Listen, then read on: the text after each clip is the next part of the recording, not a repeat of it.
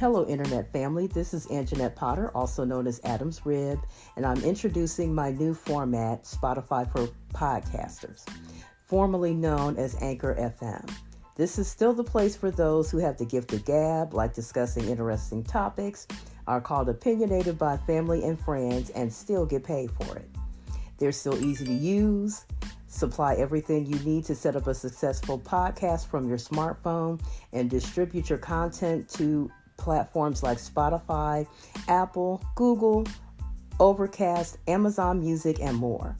Just download the Spotify for Podcasters app to your smartphone to get started.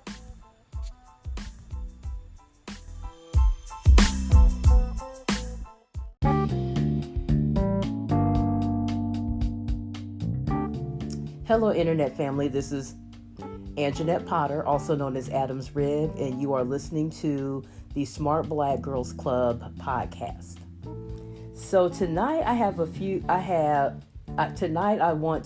the main topic is meant to be white feminism. And I'm going over white feminism. I'm going to give you a few more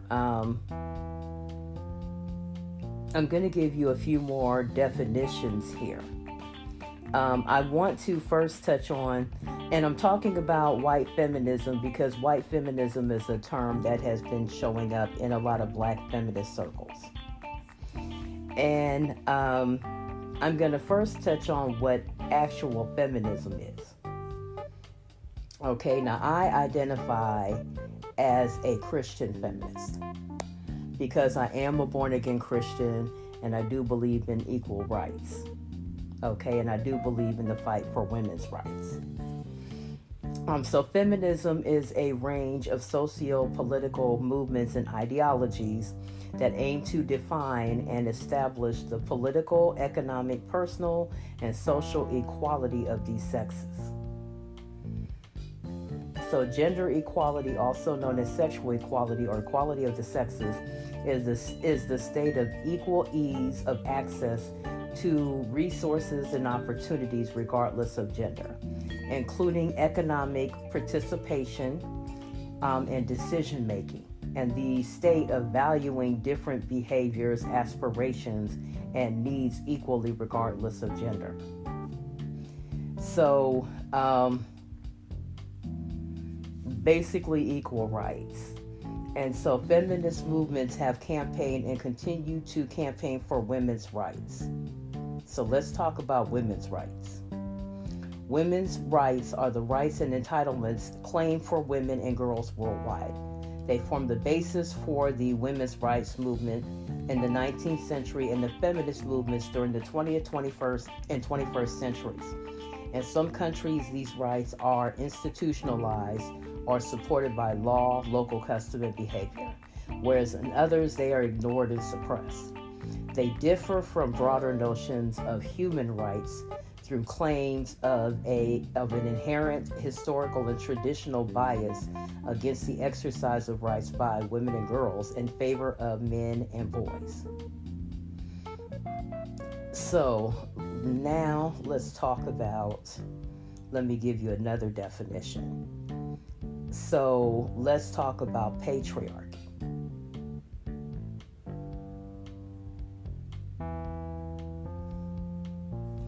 Now, patriarchy is a social system in which positions of dominance and privilege are primarily held by men. It is used as both a technical anthropological term for families or clans controlled by the father or eldest male or group of males, and in feminist theory, where it is used to describe broad social structures in which men dominate over women and children. In these theories, it is often extended to a variety of manifestations in which men have social privileges over others, causing exploitation or oppression, such as male dominance of moral authority and control of property. Patriarchal societies can be patrilineal or matrilineal, meaning that property and title are inherited by the male or female lineage, respectively. So you're getting, because many times you hear in feminist circles where people talk about the patriarchy. So I wanted to go ahead and give you a definition of what patriarchy is. Now, I just recently left a church where they are very heavily patriarchal, to the point where they feel like men are supposed to be able to vote on which women can stay saved. And I found out that it was really a cloak for human trafficking. Okay? Now, God is not allowing that. And you never have to earn what someone should not be doing to you. Okay? Like the Holy Spirit told me. So I went head to head with this female blogger a few years back. And she was talking about was talking about women and girls who wind up sexually assaulted or wind up getting pressured for sex and different stuff like that. Means that you flunked a hoe test. And so she was going into this bullshit explanation and saying before a man invests in a woman, he tests her to see if she's worthy of his time and his investment. That's a lie. Most men that are testing you are not testing you because they're trying to invest. Okay? Most men, if a man graduates to the point where he is coercing you sexually, it is because he's abusive. And it's a good way for you as a woman to navigate men. Like I tell people all the time, when I am looking at a man, and I talked about when I, as a single woman, am navigating the world of men and are deciding what men to be involved with. The first thing to ask yourself is whether or not the man that's talking to you or expressing interest is in keeping with your goals as a woman. If your goal is to marry, and so, she wrote this, if your goal is to marry, then there are certain men that need to be wrote off. And I don't think that you should play down wanting to get married in order to get married. I think it's very unhealthy and toxic. Even if you let's say he winds up proposing, and you happen to manipulate and do all that other stuff, that's kind of whatever you do to get them, you kind of have to keep doing to keep them. And after a while, that gets exhausting. It gets exhausting having to play all these games to get a man to be with you, so I refuse to play them. Now, some men like that because it makes them feel important. Just like there are some men who are toxic enough to like when women flex on other women. Okay, I don't view husbands as a flex because I guess I was raised by husbands. My mother's brothers were all married, and many of them married to the same woman for pretty much my whole entire existence on this earth. Whole lot of long-lasting marriages on my dad's side as well. Even though my parents' marriage did not last and they didn't stay married, but many other people in my family did. And a lot of men, no woman that I know that was married to a man for a very long time sees a husband as a flex. And 9 times out of 10, because they know what really goes into keeping a marriage. And if many of these women really knew what they were getting, they would not be busy trying to make other women feel bad over not having a man. Okay? And you get into this unhealthy thing of trying to prove to other women that you can get a man, which is very toxic. And it's very toxic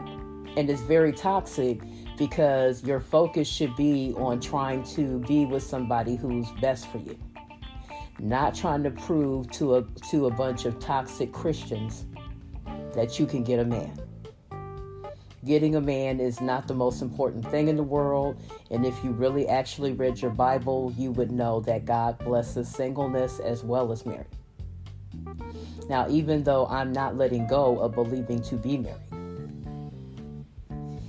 okay, the bottom line is you're just as blessed single as you are married.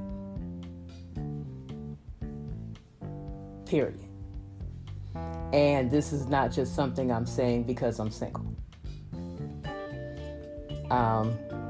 So to talk about feminism, because I think a lot of the attacks on women, like I said, like I keep saying here, and I'm going to continue to say, the recent attacks on unwed mothers, because that's really who you're going after. You're not going after, because if the woman produced a child within marriage, you're leaving divorced women alone.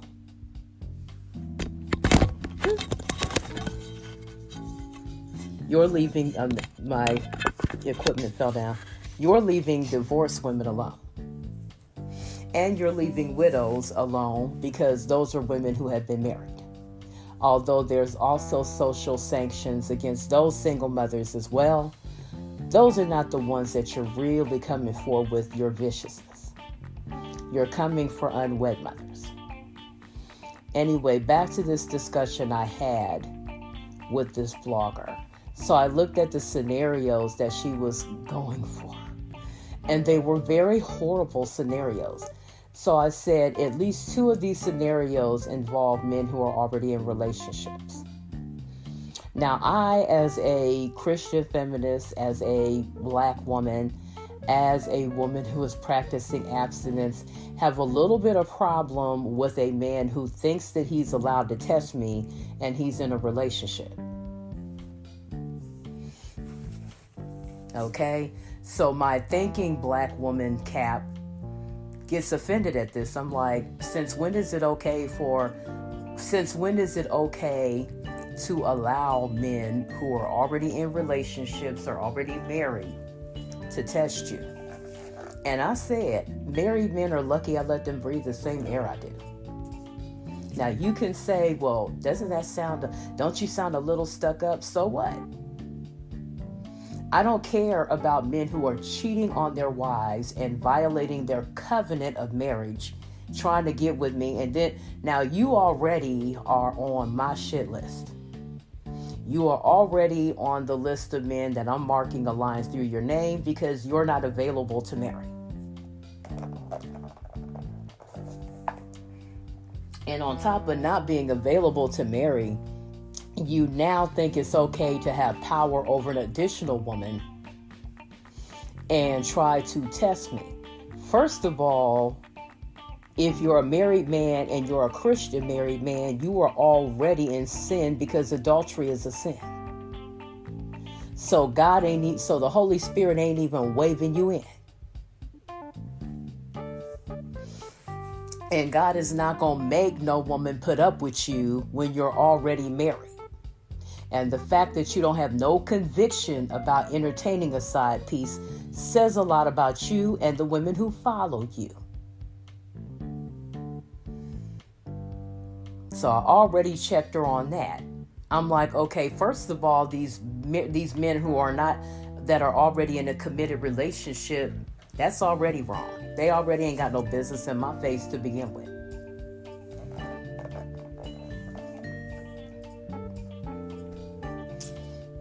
And the funny thing is, out of this so-called religious group, the number of married men who keep claiming to have Christian values but keep getting mad because women don't want to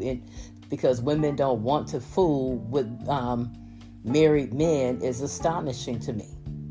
Where do you have the right to get angry and act entitled to a woman that you're not even legally married to?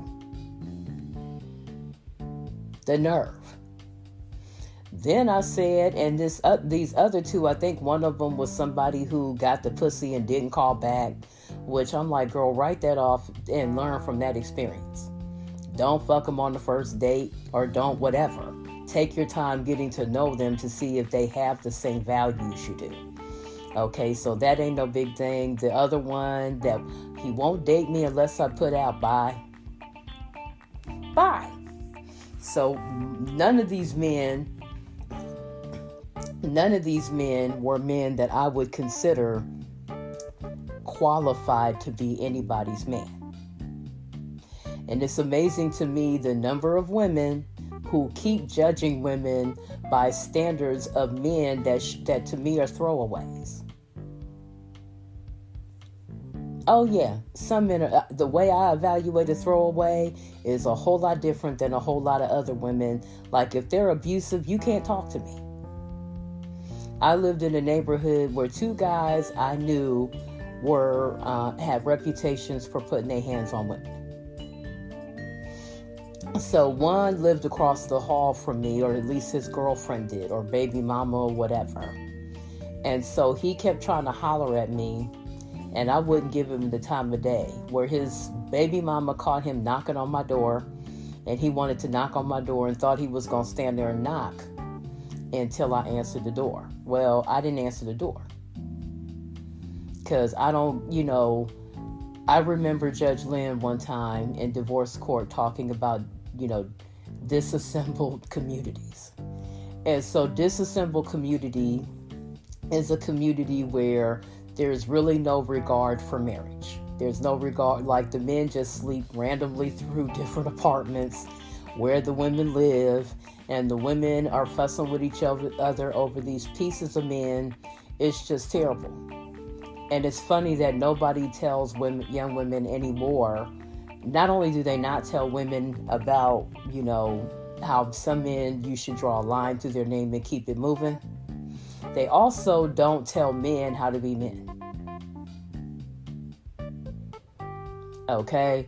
So it's funny to me the number of men of all colors that have the nerve to approach you all the way wrong and then get mad at you because you don't want to be bothered, and will curse at you. So this guy kept knocking on my door, and his, the woman he had pregnant or whatever, or flopped with whenever he had nowhere else to go, because the highest amount of survival sex in the black community is being practiced by black men. Okay, she caught him and then got mad at me. And so she, continued to loud talk me and wanted to talk all kind of garbage to me and wanted to say all kind of mess. And so finally my godmother told me, she said, when I had her alone, I told her, she said, yeah, your man tried to talk to her. And you know what? She said she didn't want him. She refused all of his advances. Don't nobody want that mess but you. She didn't entertain him. Now, she kept a grudge for the longest and even flirted with my son's father when he came for a visit.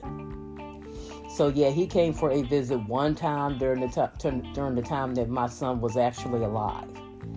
And I'm like, now I began to look at her side-eyed. I'm like, if you're going to mess around with a man of mine, why don't you mess with somebody that's worthy of you coming after him? This motherfucker don't even take care of his kid.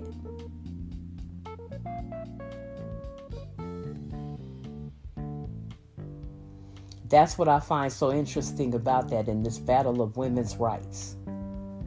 I'm still a feminist. I'm not quitting feminism. Even though there have people who've been... I'm like, what in the world would I quit feminism for? Okay, for what? I looked at a thing here on, I think it was Vox. What is this channel? Jubilee. Yeah, unfortunately, you can hear, whatever, but you can hear my TV acted up.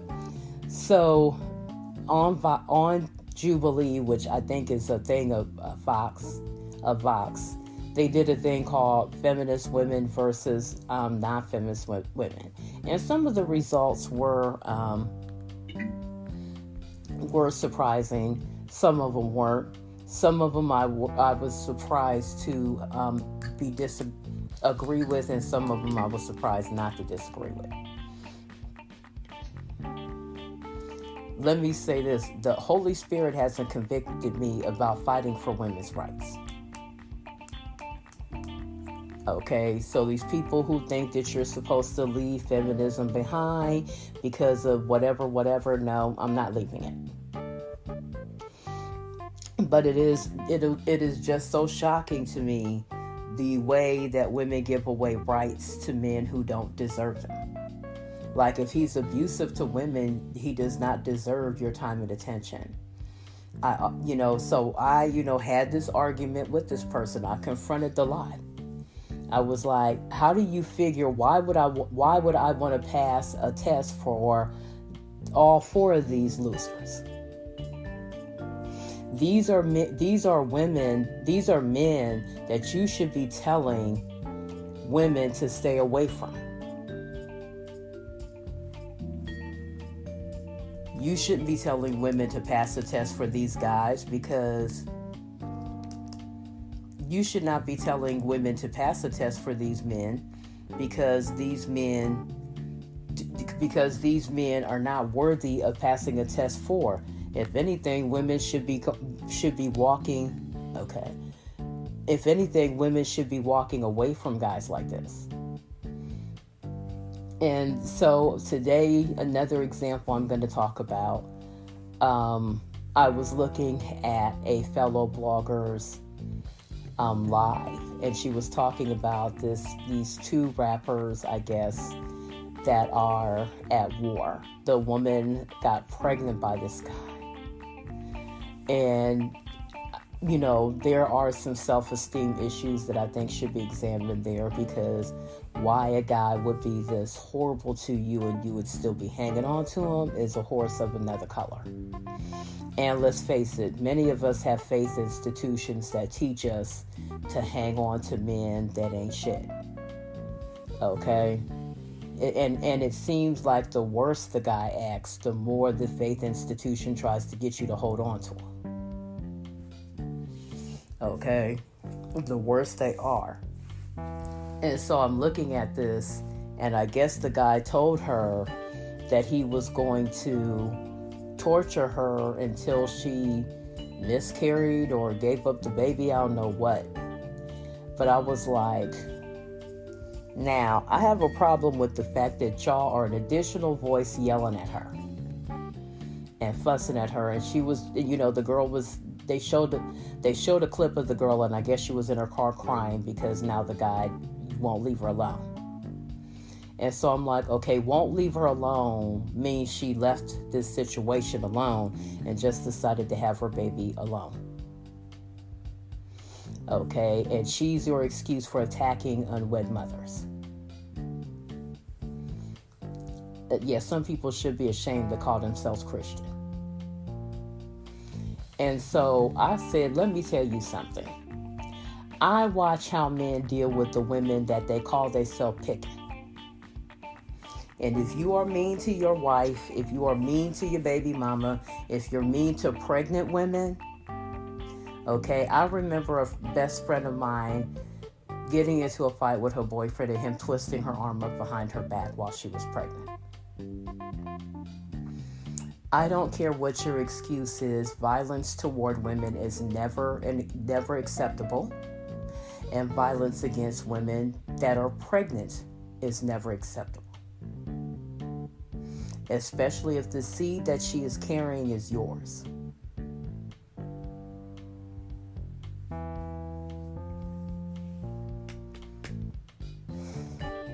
And so I was listening to this and I was like, the bad thing is, the number one bad thing is that he's torturing a pregnant woman.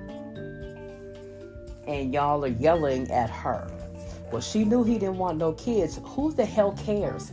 He's still torturing her. And if he did want no kids, he shouldn't have slept with her.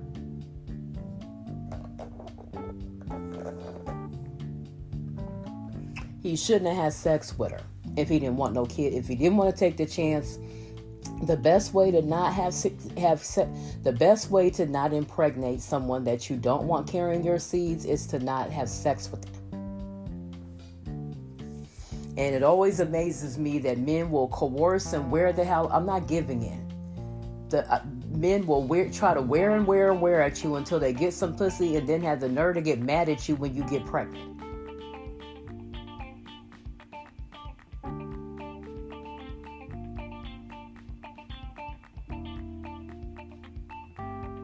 And then have the nerve to want to be mad at her. And this will be the same kind of motherfucker that will sit over here and arrange to kill her because he don't want to pay no child support and wind up going to jail for the rest of his life. We need to teach our young people better.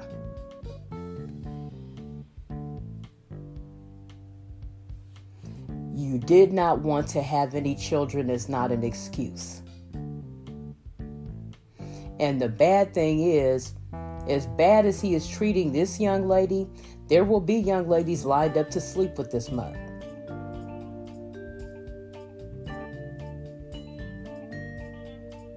I'm not apologizing for venting. There will be women who will be lined up to sleep with this man.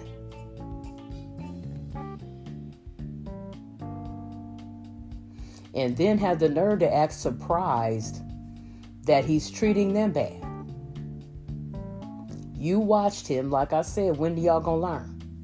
You watched him be cruel, and some of y'all think it's cute to ask these mugs to be cruel and break some other woman's heart to prove their loyalty to you. And then want to run up to the very ones. I was in a church one time, and this girl put me through holy hell trying to compete with me over a man that I wasn't even looking at. I'm up here, got my little preacher's cap on, wanting to study ministry. And between, excuse me, Lord, and between her and this young man's family, all they did was worry me to death about this man. Okay. And then when I finally was just like, you know what, you can have his sorry ass. I'm not saying it now. I'm like, I want my call to ministry. And so after all of it was over and she, quote, got him, all of a sudden she wanted to be in my, and it's always these ones. Then she wanted to be in my face. Well, I don't really want no kids. She knew this man wanted children. She knew she didn't want no children. She knew she did not want nothing that he was wanting, but yet worried me half to death, and I wasn't even dating him.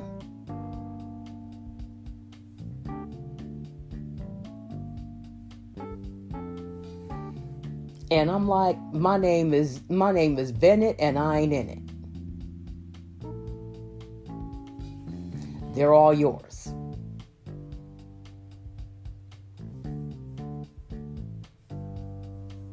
Because this church, I'm here to tell you, was a hot mess. And they still harass me to this day.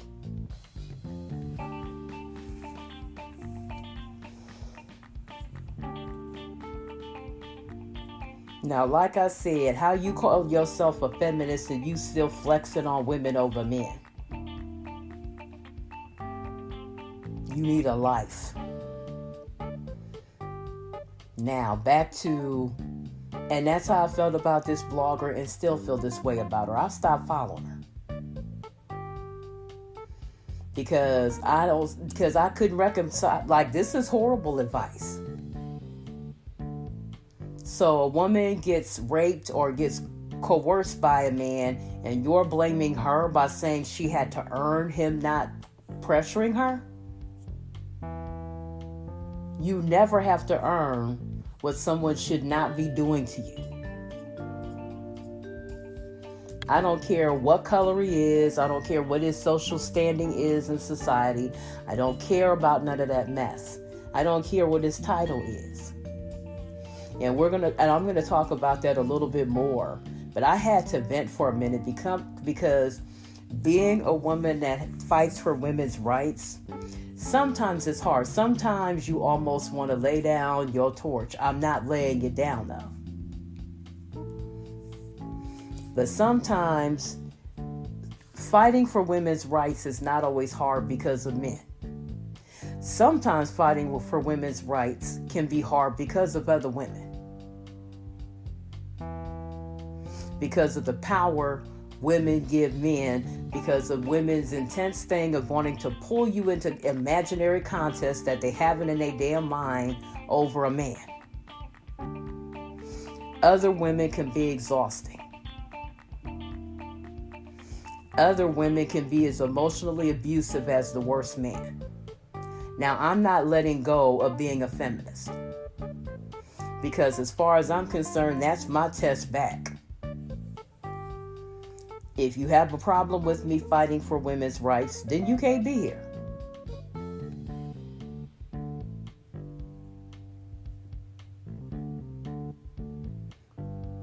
So let me get into Christian feminism, because I want to give, a few definitions here before I go into my little thing. I just had to get that off my chest. Sometimes women can get on your nerves. Sometimes other women can get on your nerves. Especially when they're always wanting to be in your face over a man.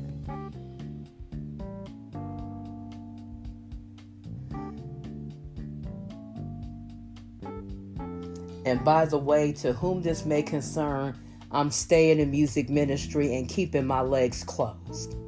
So you lose.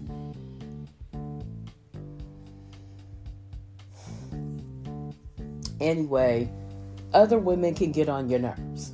They really can. Just like when you're fighting for the rights of black people and you're coming against racism, sometimes other black people can make your ass hurt.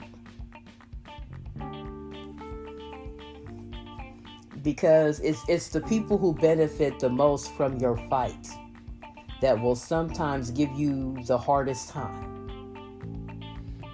Okay? And to whom it may concern, I'm not your Oreo.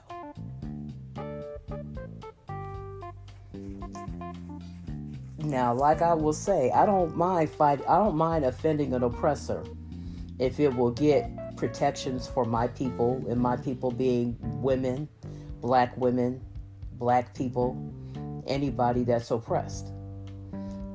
Okay? But yeah, other black people can get on your nerves. Now, I'm not interested in divesting, but other black people can get on your nerves. It can get on your nerves to be fighting inequality, and that the very people that you are fighting in favor of, rooting against you.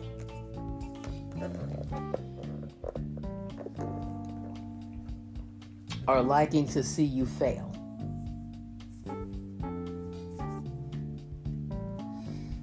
Like I had said before, there are times when I feel like black people stay trying to crawl back onto the plantation that we left over 150, 200 years ago.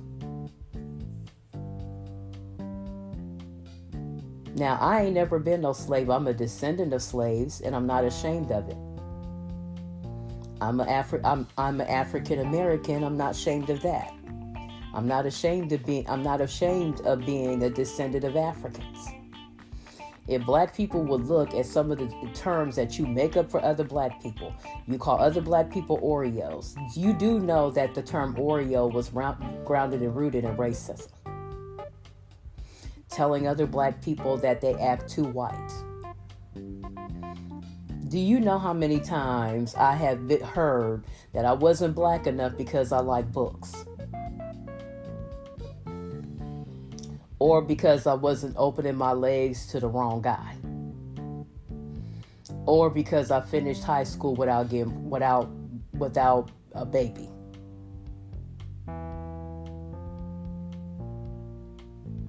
Or because you're not selling pussy? If you really would listen to yourselves when you open up your mouth to another black person, you would recognize how dumb you sound, how dumb and stupid and ignorant you sound. Now, I don't like them terms when black people say them to me. And I really ain't trying to hear them from a white person, because you're the reason for these damn terms. So let me talk about Christian feminism.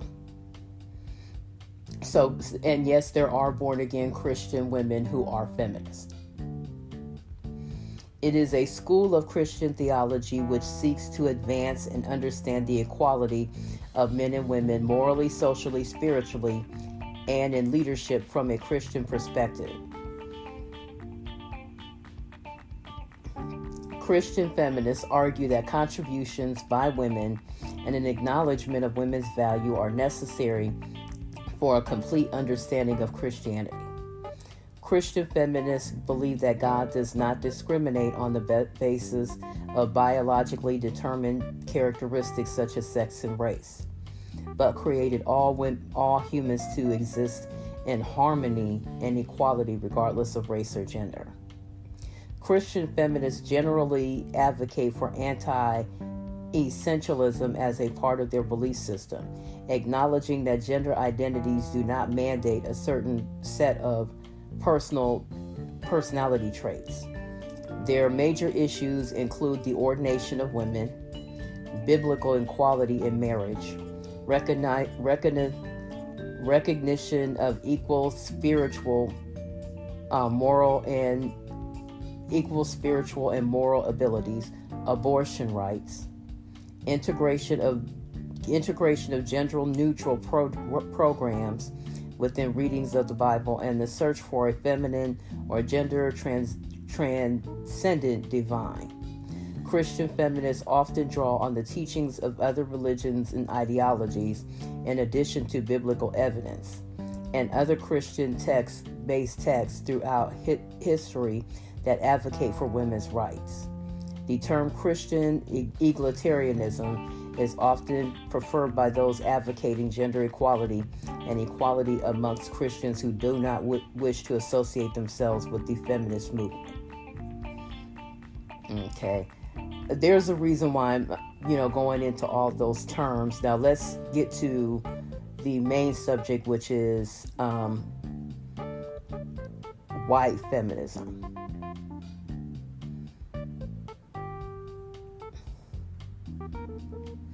Now, white feminism is a term which is used to describe expressions of feminism which are perceived as focusing on white women, but are perceived as failing to address the existence of distinct forms of oppression faced by ethnic minority women and women lacking other privileges.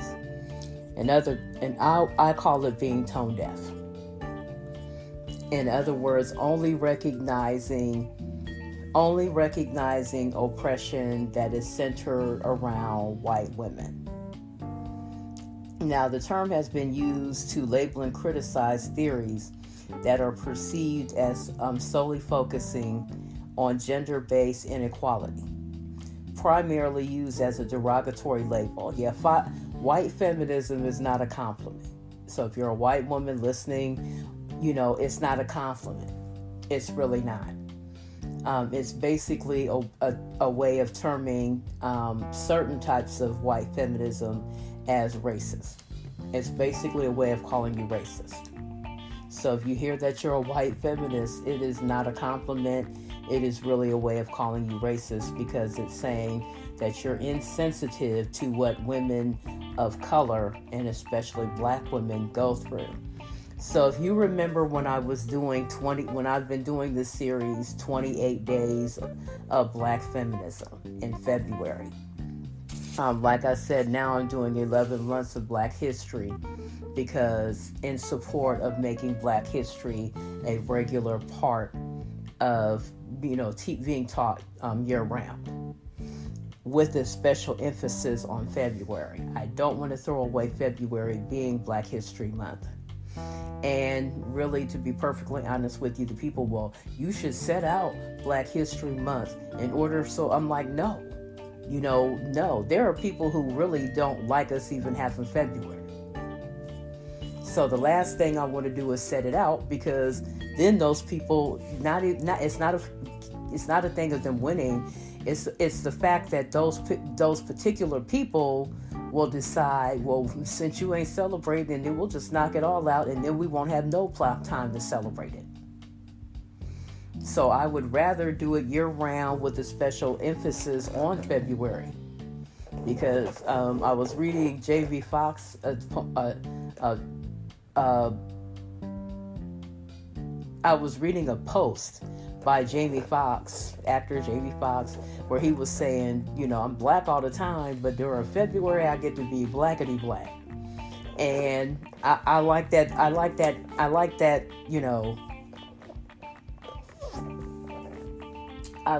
thought. I like the thought that there is a month that I get to focus on being blackety black and everything.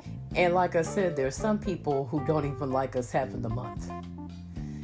I call that tone deaf whiteness, okay? And tone deaf blackness. You don't understand that we have the month because the rest of the time is dedicated mostly to white history. We get to hear about the forefathers and everybody else.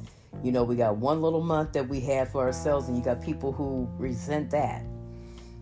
So white feminism, like I said, is white feminism is typically used to reproach a perceived failure to acknowledge and integrate the intersection of other identity attributes.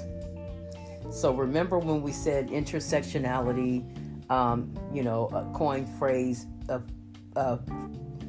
a term coined by Kimberly Crenshaw, whose YouTube channel I now follow. It's an analytical framework for understanding how a person's various social and political identities combine to create different modes of discrimination and privilege. Now, you have some people who don't like to talk about the modes, the intersects of oppression or discrimination, maybe a better term, because, I'm a born-again Christian and I ain't oppressed. We're not talking about that type of oppression. Okay, we're talking about, I, as a born-again Christian, like to know what demons I'm facing, because I know I have victory in every area over Satan. I also know that when he brings certain things against me, like racism, like sexism, yes, sexism, sexism is not, if women learned how to submit, we're not supposed to submit to everything. I did a post on the conditions under which, submission is.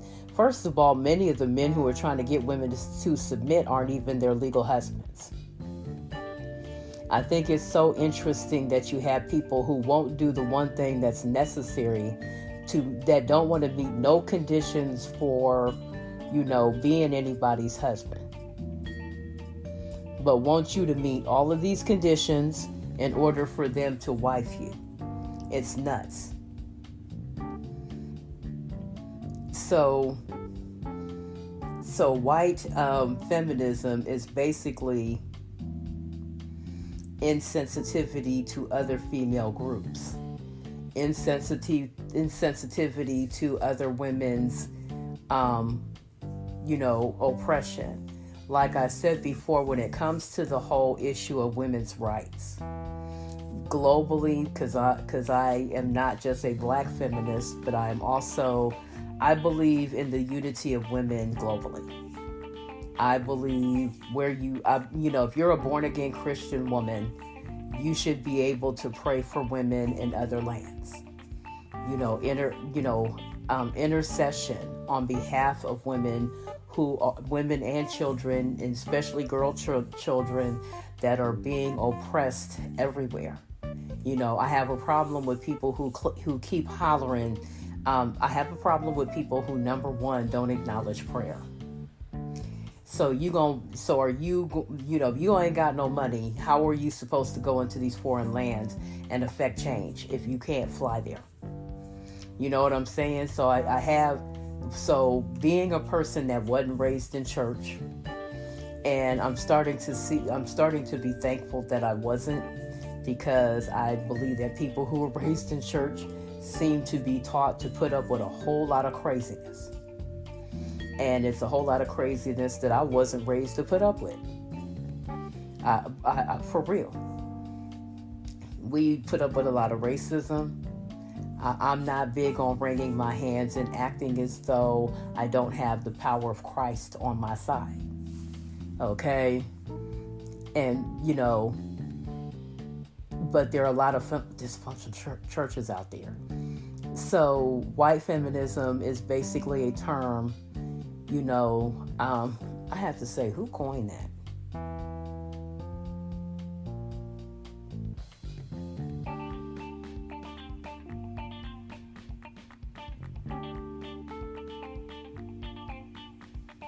Okay.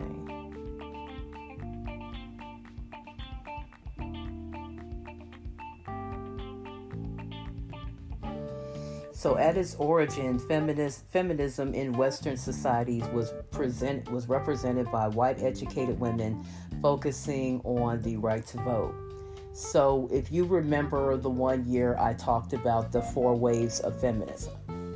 So the first, wave of feminism was the women's suffragist movement. Now, even though there were white women, because the first thing that's going to happen is some of the pro-black people are going to show up.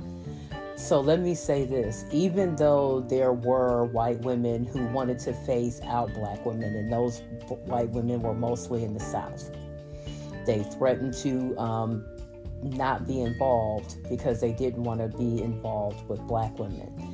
I still read off to you, there were still plenty of black women who were yet still involved in the suffragist movement. One of them was Sojourner Truth, the woman who talked about Ain't I a Woman. There were Native American women, Sacagawea, I believe, might have been, don't quote me, look it up. Anjanette, you were wrong, I'll take the bullet now. In case I'm misquoting, but there were many black women. Let me see here. Let me go on and let Bing be my friend.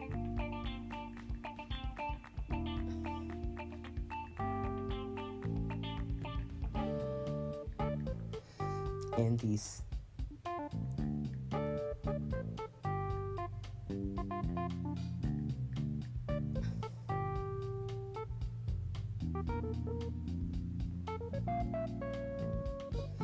So here we go, African Americans women's suffragist movement.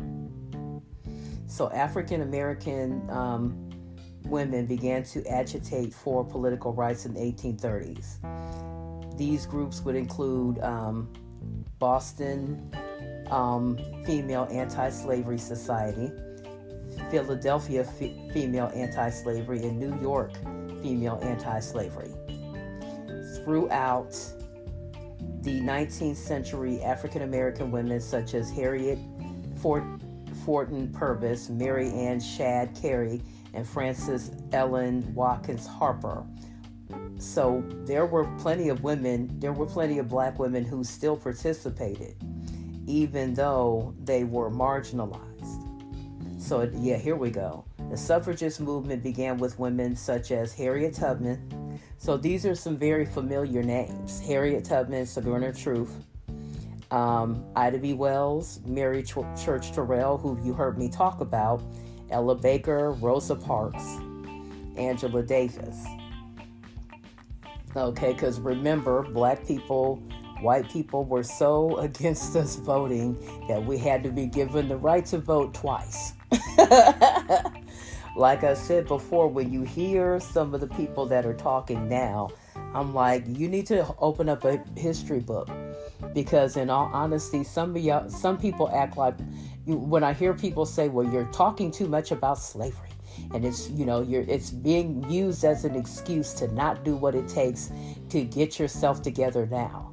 Well, most of the people that are complaining about racism, current day racism, and different other stuff, because we're still suffering.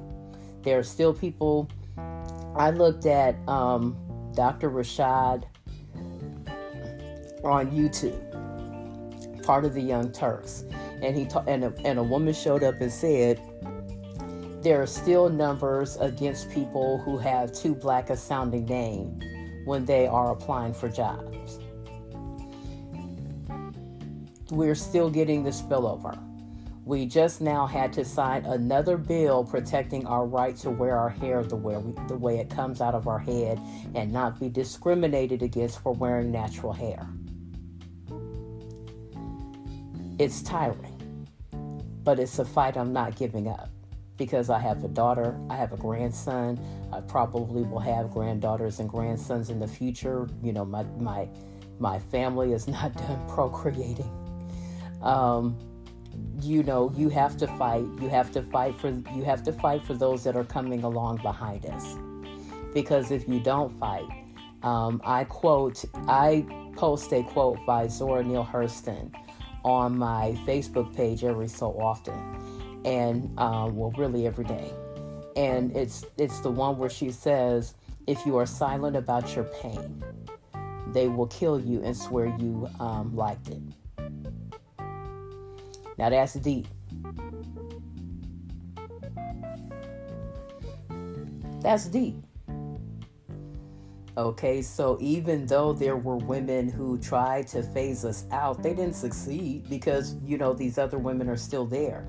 One of the reasons I constantly talk about the black presence in a lot of these movements is to give you something because, you know, maybe like me, you're black, and you fight for black people's rights, but you also feel you also feel that need to fight for women's rights as well.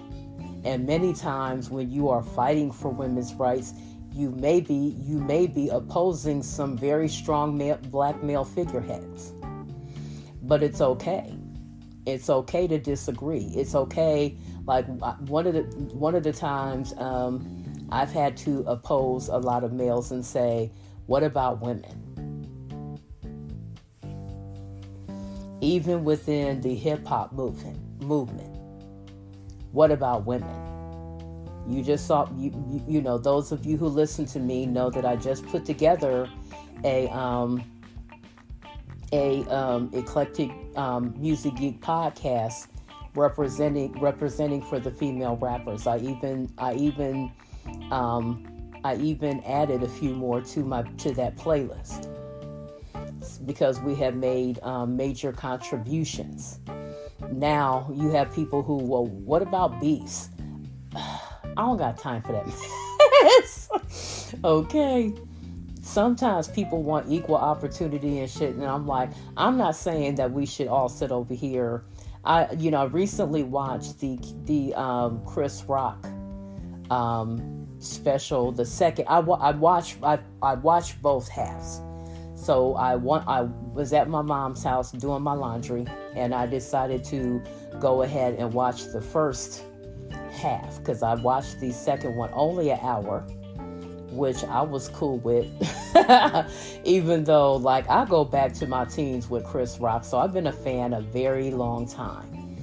And I have, you know, because I've come from a family full of a lot of males, you know, and my dad, you know, had issues with being, my dad, for a chauvinist as he was, because he was a product of his, you know, his time period, he really was impressed with the church I went to. He started going with me for a little while, and he was impressed that there were female preachers, because back when he was younger, you know, and I think it's funny that we're in 2023 and we're still opposing black women in leadership. We're still opposing women preachers. I remember when what is her name? Reverend Anne Graham Lott, I believe her name is, Billy Graham's daughter. So I remember, you know, hearing that she was studying to be in the ministry. And I was like, wow. That, because, when you're studying in ministry and you start hearing other women are stepping up, regardless of what their regardless of what their viewpoint is, it feels good to see other women stepping up and taking that mic and taking that mantle. And so, because most people have heard of his son, Franklin Graham, but his daughter was starting to step up. Tony Evans' daughter is now preaching. T.D. Jakes' daughter also preaching. So you start to feel good about other women taking that mantle and going forward, even if because like I said, even if you don't personally, I don't, give everybody the title of a feminist icon, because some of them might not be feminists. I have to do my research when it comes to that kind of stuff. But to hear that she was taking the mantle was such a thing for me, and I felt so geeked. And I remember telling it to this white gentleman, another one of y'all's nice white guys. I ain't divesting, bump that. And so I said it to this, guy, and he tightened up. And I swear I felt the devil. And so he said, yeah, I used to respect Mr. Graham until this. Yeah, so if you could see my face right now, you would see a look of shock. And I'm like, and the Holy Spirit said, yeah, that is the devil. Okay, because Satan can get in there, you can hold on to these beliefs and the belief can turn demonic. And to the point where men feel like they have a right to abuse women. And so I'm going to get into that further into this podcast, because I'm going to really talk. And so the issue of feminism, is God against women having equal rights? I'm going to say no. I believe that you can be a feminine and champion for other women and still maintain your born again status.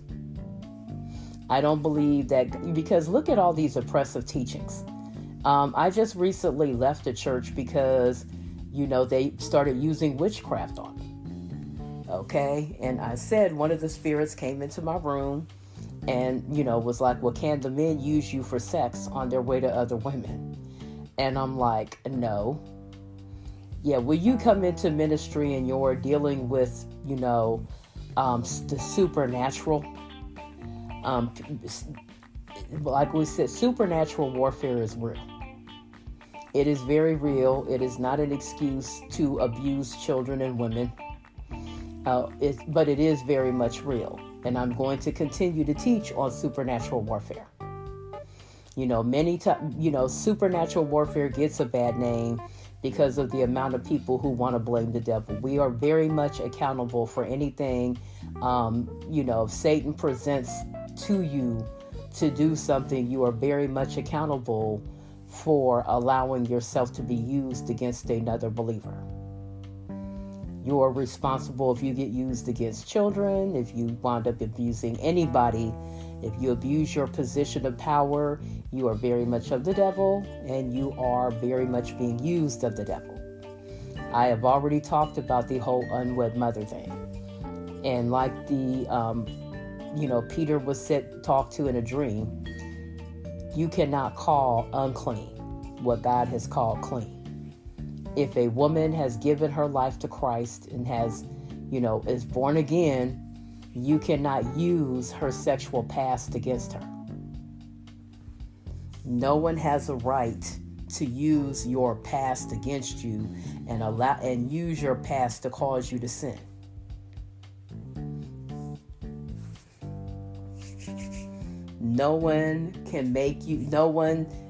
That which is clean cannot be made unclean. No one can cause you to lose your salvation. You are saved by grace through faith in Jesus Christ. You are not saved because the right man picks you. You're not saved based on popular vote. You are not black based on popular vote. Because the next podcast after this, I'm going to go into that whole not black not black enough mess. And I'm going to give my own personal testimony with it. And things the Holy Spirit said to me about a certain church I was going to. Okay? Yeah, the devil, the Word of God says that men hate the light because their deeds are evil. People don't like for you to go forward. That's, part of the spirit that is, against the Me Too movement, which I'm going to talk about. They have my support. They also, have, say her name.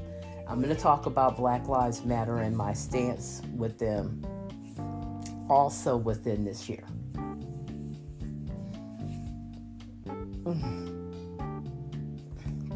So I'm going to talk about, let me talk about, people who want to come for unwed mothers. So there's a term, when I study psychology, and I'm going to go back because I want to study music therapy. And this coming Music Monday, after I don't know if any of you all are watching The Voice this season or not. It's some interesting, my team is already filled on the app. It's already filled. My team gets filled pretty quick. And I think some of it is me being, a little quick to fill up my team. So let me see. So I'm going to talk about, since we've talked about the suffragist movement, I also want to talk about post-colonial feminism. So this is a form of feminism that developed as a response to feminism focusing solely on the experience of women in Western cultures and former colonies. Post-colonial feminism seeks to account for the way that racism and the long-lasting political, economic, and cultural effects of colonialism affect non-white, non-Western women in the post-colonial world. I'm definitely on point with this one.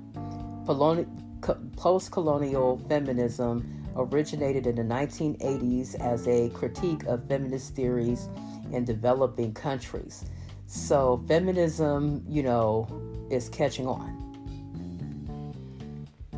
The women's rights movement are catching on because a lot of women are sick and tired of the oppressive policies in their country that keep women in sex work, that don't want to be in sex work, you'd be surprised, that are the oppressive teachings.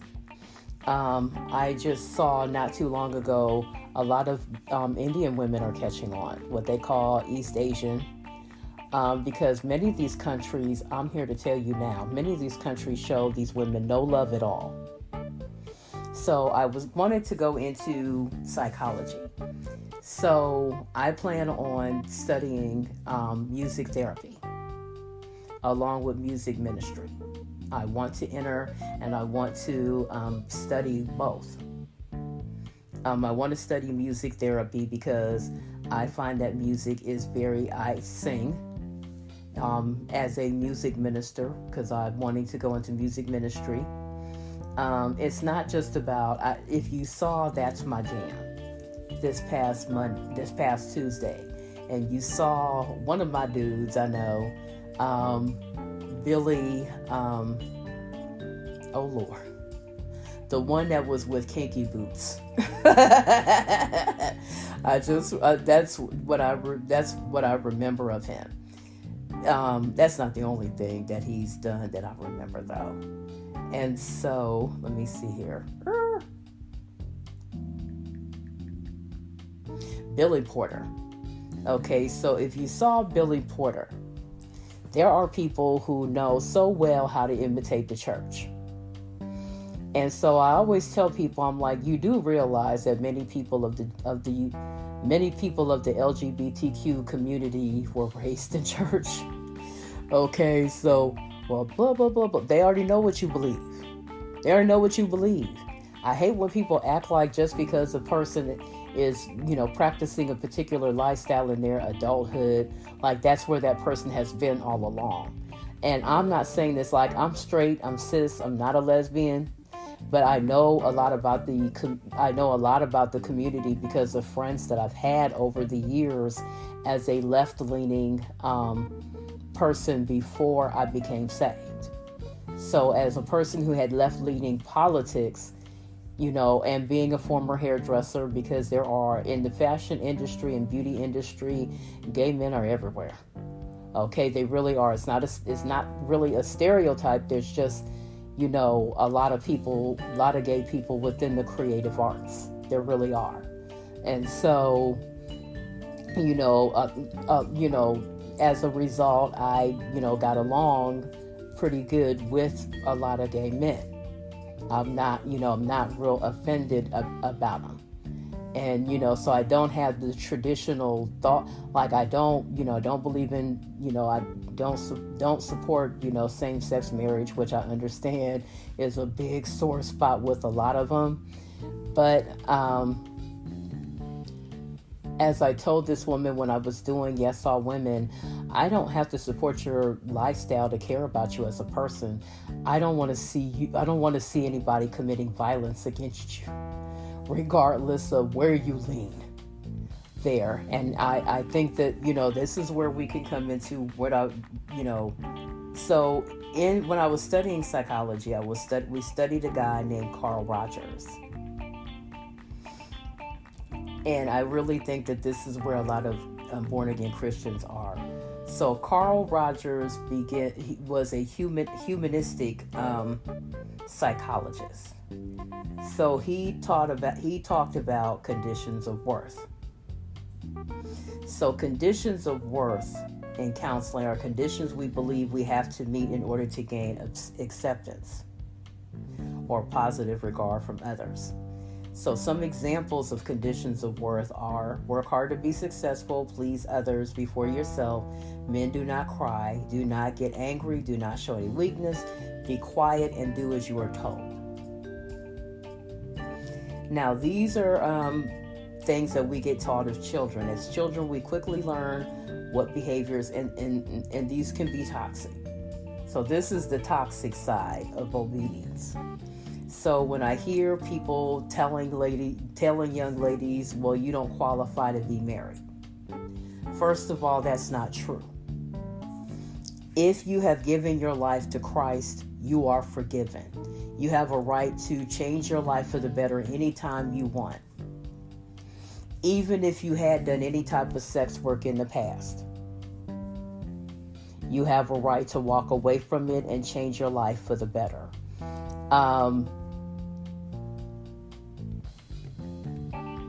That's just it. And so the problem that I had with this post that says you have to, if you don't pass certain criteria, it is okay for a man to coerce you sexually. Let me say this: coerced sex is rape. If the yes wasn't if you didn't give that person a enthusiastic yes. Like, there are people right now that are trying to convince me that they can trade me to the white community. I'm not black based on me meeting certain conditions. I'm black because I was born that way. And I like being black. I don't feel like I was born the wrong color. People try to talk about transracial. I'm not transracial. I never felt like I was born the wrong color. And I'm going to talk about that some more.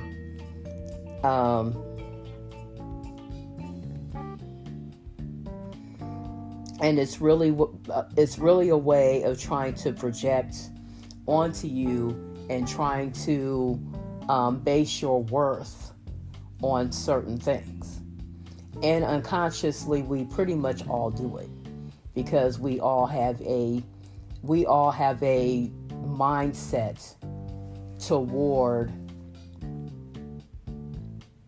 we all tend to weigh people by secular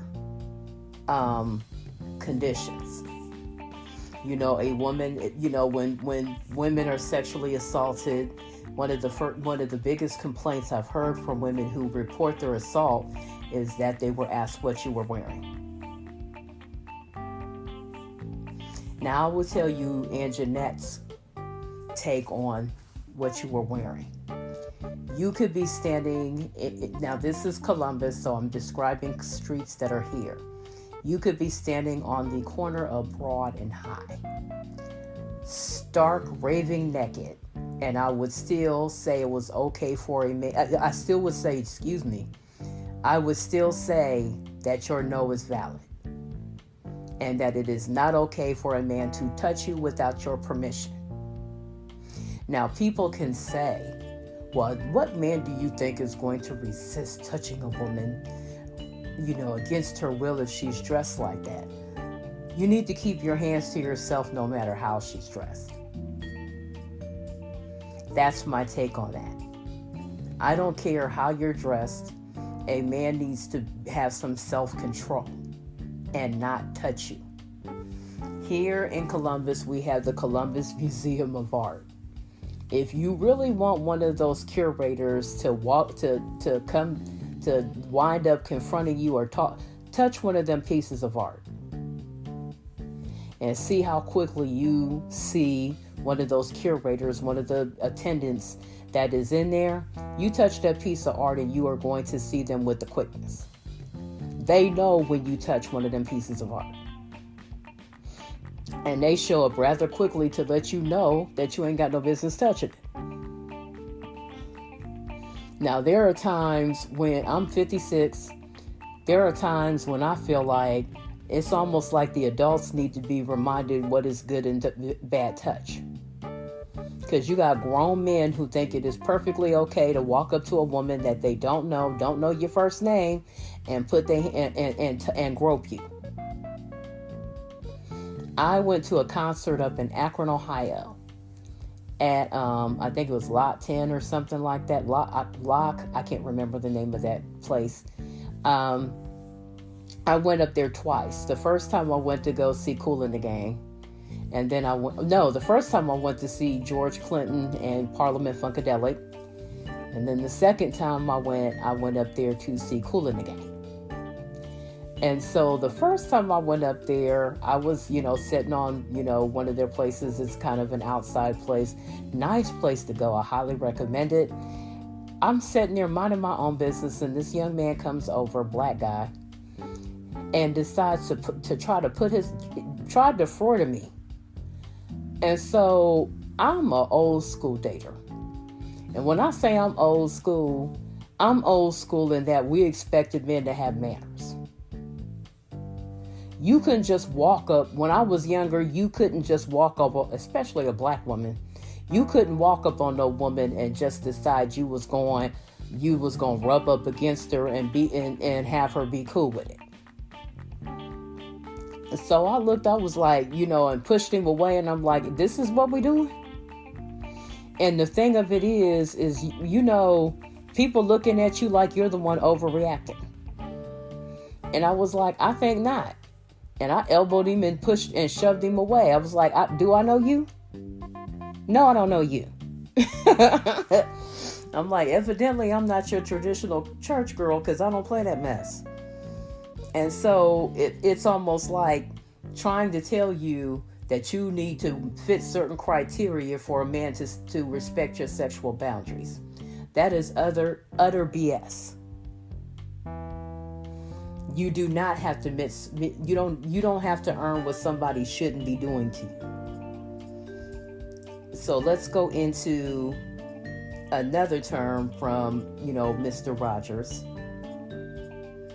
And this is one called unconditional positive regard. So unconditional positive regard is a concept that was developed by a man named Stanley Standel, and later was expanded on and popularized by the humanistic psychologist Carl Rogers in 1956. This is the basic acceptance and support of a child regardless of what the person says or does, and especially in the context of client-centered therapy. So a lot of people don't believe in it because humanistic psychology, let me, first of all, go on that. It is a psychological perspective that arose in the mid 20th century in answer to two theories, B.F. Skinner's behaviorism and Sigmund Freud's psychoanalytic theory. So many people mistakenly believe that all psychologists agree with Freud. All psychologists do not agree with Freud. All psychologists don't even agree with Skinner. So Skinner's behaviorism believes that we're motivated by rewards and punishment. Now, that is kind of true, but not necessarily. Thus, Abraham Maslow established the need for a third force. And this is where the school of humanistic psychology gets in. And it gained traction due to Maslow during the 50s, during the time of the humanistic movement. It was made popular in the 50s by the process of realizing and expressing one's capability and creativity. So humanistic psychology aims to help the client gain the belief that all people are inherently good. So this is where my agreement with humanistic psychology kind of ends, because Christianity teaches that we are born sinful. Okay, we are born sinful because of Eve's transgression in the garden. It opened up the door for us to know both good and evil. So, we don't necessarily believe in that, but unconditional positive regard is kind of, the basic thing of, unconditional love. So Rogers believed that unconditional positive regard is essential for healthy development and tried to establish it as a therapeutic component. Though providing unconditional positive regard, humanistic therapists seek to help their clients accept and take responsibility for themselves. Now, let me say a little something, because therapists often get a bad rap because, people think that, well, you blame the mama. So they go into your background so they can establish where you learn certain behavior patterns, where you learned about relationships, what you were taught about men and women, and what you were taught about how to navigate life. And so that is basically because, you learned it from somewhere. Sometimes you have to unlearn stuff.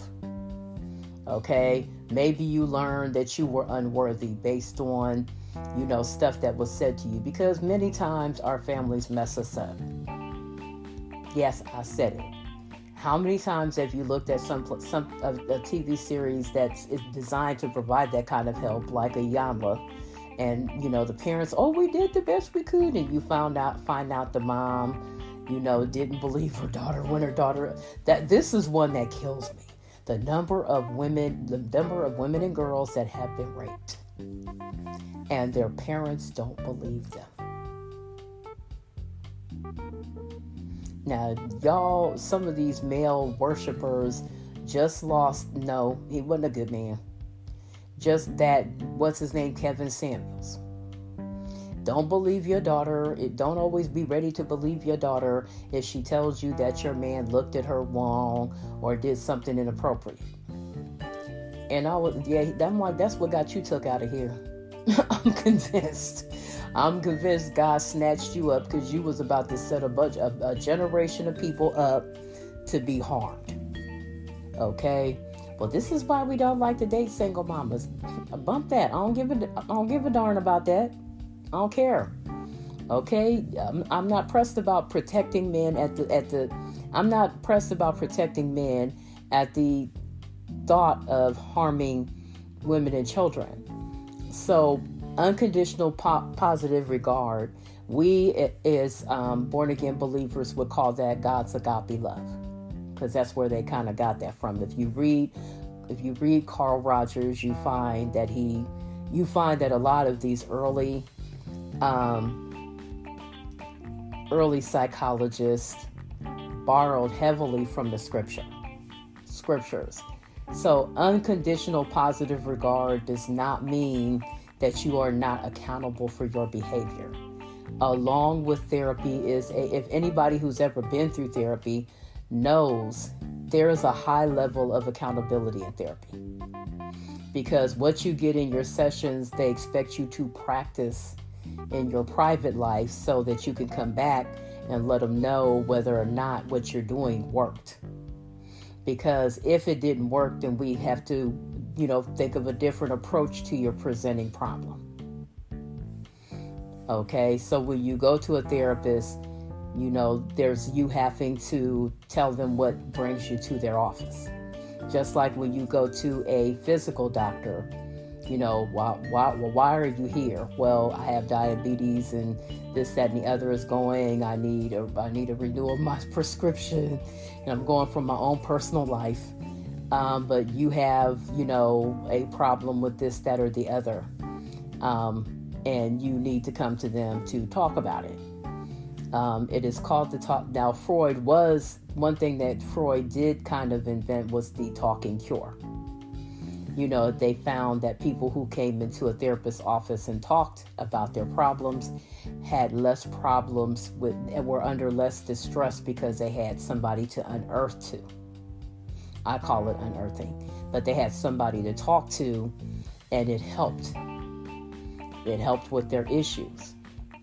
So, unconditional positive regard says that you are worthy of God's love. God loves you unconditionally.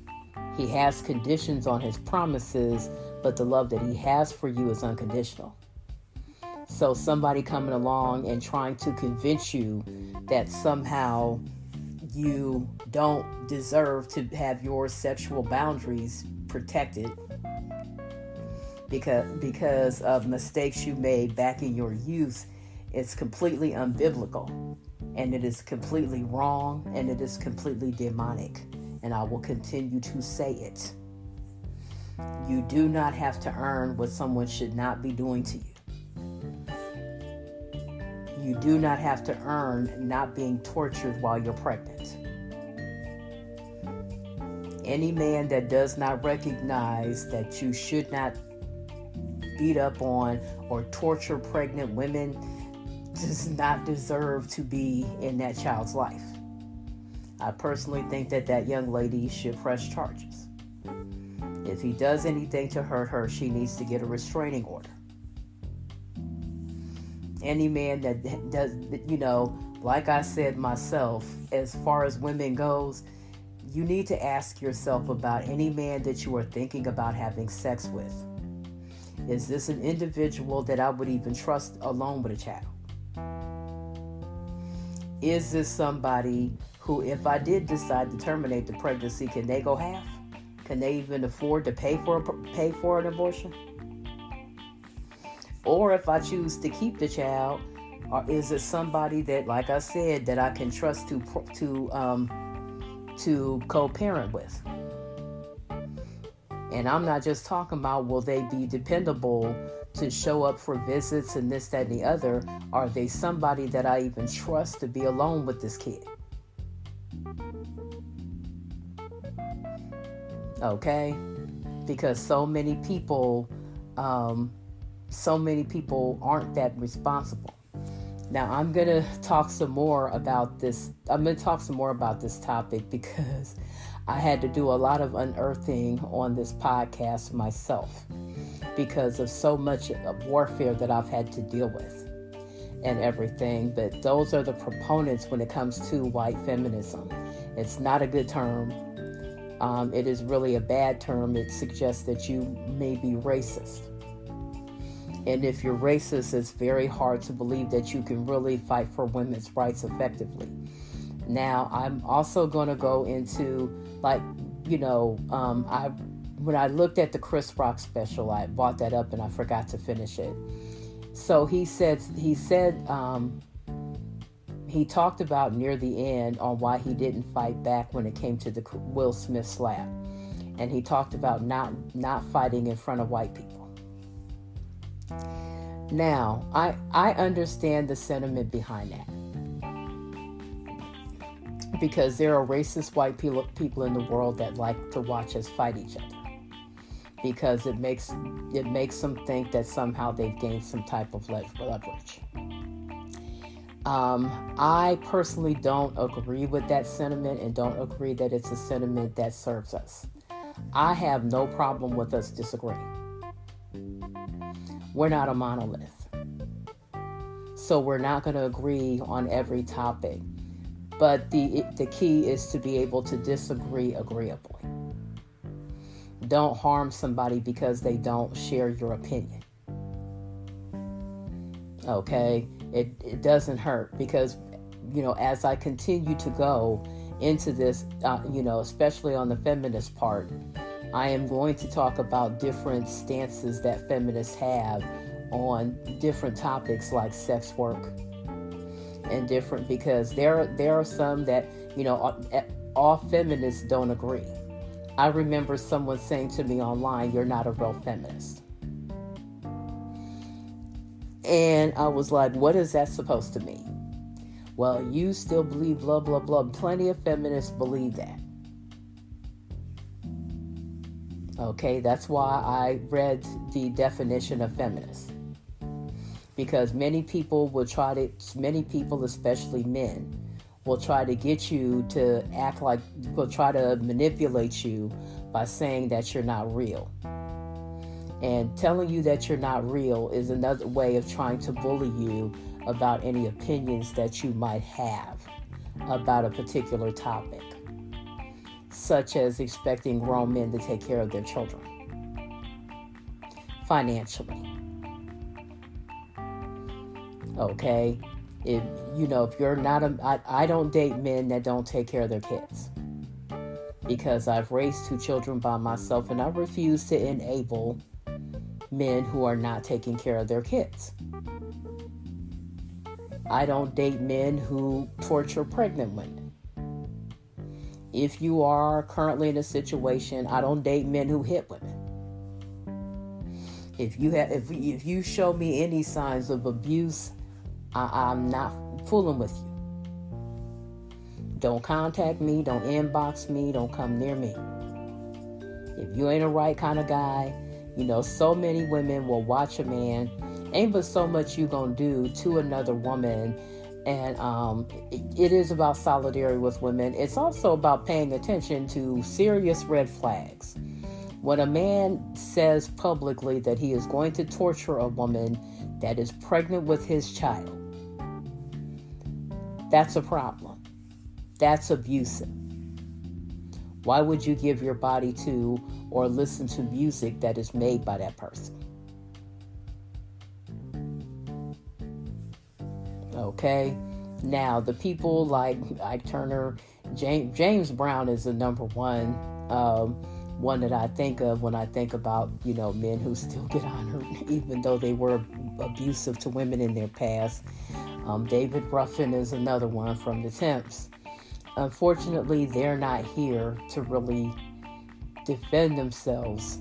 And I remember the one case with James Brown where he had this, I can't remember if she was white or just extremely light skinned, but they made the news because he put hands on her. It was late in life when he did this. And, just thinking like, really? Now, James goes down as one of my musical, as far as his music, like I can hear his stuff and, you trying to separate the art from the artist and everything, but, it's hard. It's not easy. It really isn't easy. It's just really not easy. I can't tell you, it's just really not easy.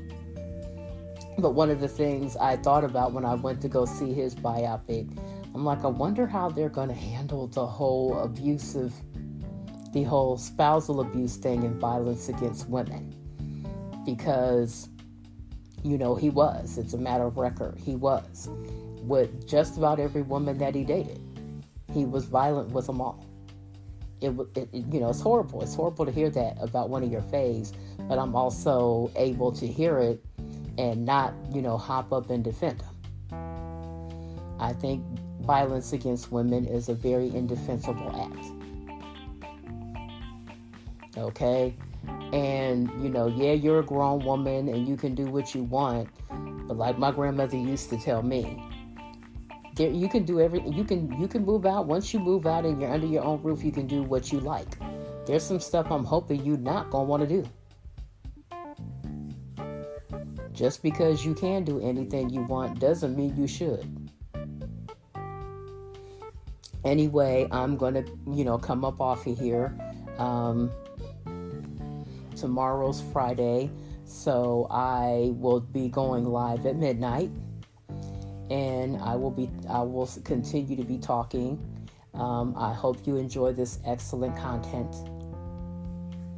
And I will talk to you tomorrow.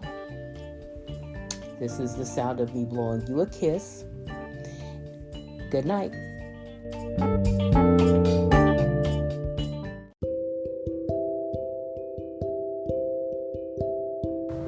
Hello, you have reached the message line for Adam's Rib Media Ministry. If you would like to give me a shout out, recommend some topics for discussion, or give an opinion about some topics that I've already discussed, either here on my podcast or on my blogs, leave me a message and I will get right back to you. Have a blessed day. Bye-bye.